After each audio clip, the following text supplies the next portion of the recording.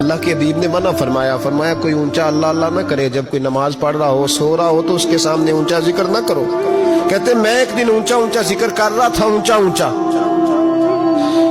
اونچا میں ذکر کر رہا تھا، کیونکہ عشق لگا سی کھیڈاں کھیڈ دی نوں تے مینوں کھیڈاں بھل گئیاں، میں کجل پایا سی یار دے ویکھنے نوں، پھر او دی یاد وچ روندے آئی ڈل گئیاں، حیدر شاہ اس گلی کدے نہ رول دی پر ہن تے رول گئیاں۔ کہتے میں اونچا ذکر کر رہا تھا تو حضرت عمر فاروق رضی اللہ تعالیٰ عنہ نے ڈانٹ دیا، فرمایا تجھے نہیں پتا حضور نے منع کیا؟ تو عمر نے ڈانٹا تو میں چھپ کے بیٹھ گیا کونے میں۔ حضور آئے نا نماز پڑھانے تو محبوب نے پتہ کیا وہ عبداللہ کدھر ہے؟ کہتے میں کونے میں تھا، حضور نے فرمایا کیا ہوا؟ تو میں رو پڑا، میری عزت بڑی تھی نا مدینے میں، کبھی کسی نے کچھ نہیں کہا تھا۔ نبی کریم نے فرمایا کیا ہوا؟ عرض کی حضور کچھ نہیں۔ پھر بھی بتاؤ؟ کہتا میں رو پڑا، میں نے کہا یا رسول اللہ میری غلطی تھی تو سیدنا فاروق اعظم نے ڈانٹ دیا ہے۔ فرمایا ہوا کیا؟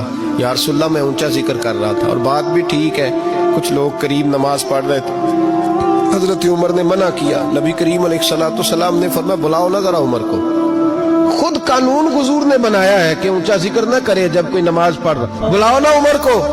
جناب عمر آئے تو حضور نے فرمایا عمر میرے عبداللہ کو کوئی نہ ڈانٹے، کسی ان پڑھ سے، کسی دیہاتی سے، کسی بھولے سے انداز دیکھے حضور کا، اسے کوئی نہ ڈانٹے۔ پھر حضور نے فرمایا تمہیں پتہ ہے یہ میرے لیے کتنی تکلیفیں برداشت کر کے آیا؟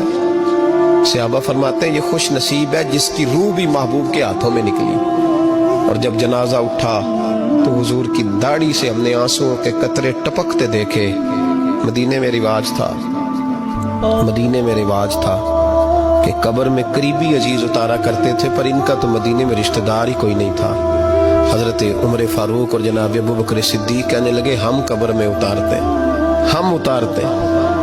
جب ان دونوں نے اٹھایا قبر میں گئے تو کہتے ہیں کمال دیکھو اللہ کے رسول ہم دونوں سے پہلے قبر میں اتر گئے، اور حضور نے یل بدایا والنہایا میں موجود ہے، کب مجھے دو میں قبر میں اتارتا ہوں۔ کہتے ہیں حضور نے تنے تنہا پکڑا، تنے تنہا قبر میں اتارا، پسے مردن فرشتوں نے جو تلاشی لی تو کیا نکلا؟ فقط ایک دل کے گوشے سے خیال مصطفیٰ نکلا۔ نبی کریم علیہ السلام نے قبر میں رکھا اور ساتھ فرمایا اے اللہ میں آج شام تک اس سے راضی تھا، تو بھی اپنے کرم سے اس سے راضی ہو جا۔